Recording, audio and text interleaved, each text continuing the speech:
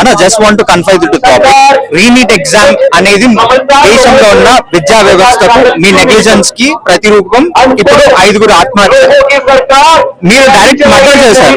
It's nothing but direct murder. మీ negligence should not be the cost of life. మీ ఏమంటారు negligence ఒక మాట చెప్పాలనుకుంటున్నా.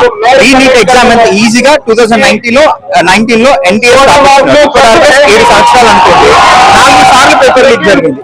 దానికి అది మీ నెగ్లిజెన్స్ కి చాలా పెద్ద ఉదాహరణ. మీ అకౌంటబిలిటీకి, అన్ట్రాన్స్పరెన్సీకి గవర్నమెంట్, ఏ గవర్నమెంట్ అయినా కాదండి, స్టేట్ గవర్నమెంట్ అయినా సెంట్రల్ గవర్నమెంట్ అయినా గవర్నమెంట్ యొక్క నెగ్లిజెన్స్ కి చాలా పెద్ద ఉదాహరణ. ఎంతమంది చనిపోతారండి స్టూడెంట్స్? లాస్ట్ టైం ఏదో గవర్నమెంట్ లో 29 మంది bureaucrat negligence secondary state board వల్ల 29 మంది చనిపోయినారు.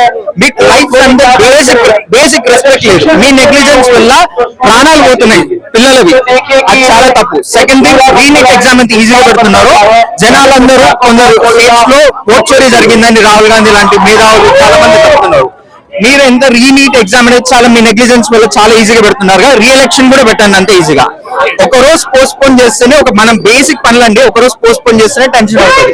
అట్లాంటిది మంచిగా రాసిన వాటికి సెకండ్ టైం మళ్ళీ ఎగ్జామ్కి వెళ్ళాలంటే ఆ స్ట్రెస్ కానీ ఆ టెన్షన్ కానీ ఎంతగానో ఉంటుందో ఒకసారి మీరు ఆలోచించండి.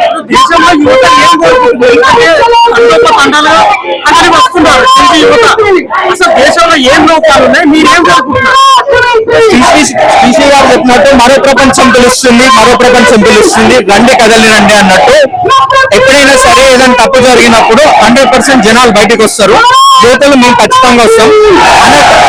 అన్అకౌంటబిలిటీ, అన్ట్రాన్స్పరెన్సీ ఇది ఉండకూడదు. అకౌంటబిలిటీ తీసుకోవాలి గవర్నమెంట్, ట్రాన్స్పరెంట్ ఉండాలి గవర్నమెంట్.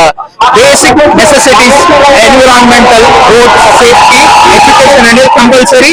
నార్మల్ గా నెగ్లిజెన్స్ లేకుండా జనాలకు రీచ్ అవ్వాలి, హెల్త్ ఇంపార్టెన్స్ ఉండాలి. ఇది మేము కోరుకుంటున్న చేంజ్.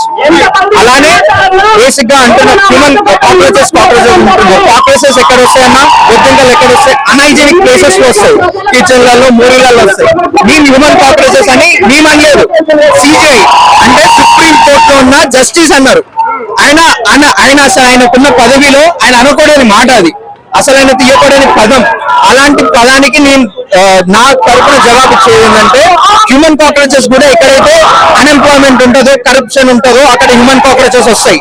మీ ఎలాగైతే బొద్దింకలు బేసిక్ స్పీసెస్ అవి, ఆ బేసిక్ స్పీసెస్ ఎక్కడైతే అనైజీన్ ఉంటుందో అక్కడికి వస్తాయి. మేము హ్యూమన్ కాక్రోచెస్ ఎక్కడైతే అన్ఎంప్లాయ్మెంట్ ఉంటుందో, అన్ట్రాన్స్పరెంట్ ఉంటుందో, అన్అకౌంటబిలిటీ ఉంటుందో అక్కడికి హ్యూమన్ కాక్రోచెస్ ఖచ్చితంగా వస్తారు. మీరు ఏ పేరైనా పెట్టుకోండి. యాక్చువల్లీ నిజంగా పార్టీ, ఏ పార్టీ అయినండి, కాక్రోచ్ జనతా పార్టీ అనుకోండి, కాంగ్రెస్ అనుకోండి, ఏ పార్టీకి సంబంధించింది కాదు. మీ నెగ్లిజెన్స్ వల్ల జనాలు చనిపోతున్నారు, పిల్లలు చనిపోతున్నారు. వాళ్ళు తీసుకునే స్టెప్స్ మీరు తీసుకోగలుగుతారా? మళ్ళీ మీరు ఎగ్జామ్ రాయగలుగుతారా? రాయలేరుగా. ఒక జస్ట్ ఎమ్మెల్యే ఓట్ రిగ్గింగ్ అయిందంటే అతనికి ఎంత టెన్షన్ ఉంటుందండి? ఎగ్జామ్ 1.5 years కష్టపడి ఇన్ని సంవత్సరాల నుంచి చదివి కొందరు రీనీట్స్ ఇస్తారు, అంటే ఒక నీట్ ఇస్తారు అనమాట. సో మీ నెగ్లిజెన్స్ వల్ల వాళ్ళని స్ట్రెస్ పడాలి. రాసిన కొన్నేమో పేపరే ఉండవు, గ్రూప్ 2 ఇవన్నీ మాట్లాడుతూ ఇంకా చాలా దూరము.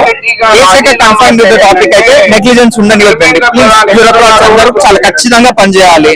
మీ భవిష్యత్తు మీకు ఎంత ఇంపార్టెంటో, మీ జాబ్ మీకు ఎంత ఇంపార్టెంటో, పిల్లలకి వాళ్ళ చదువు వాళ్ళకి చాలా ఇంపార్టెంట్.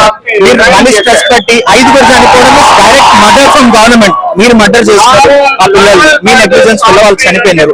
మీరు అకౌంటబిలిటీ తీసుకోండి.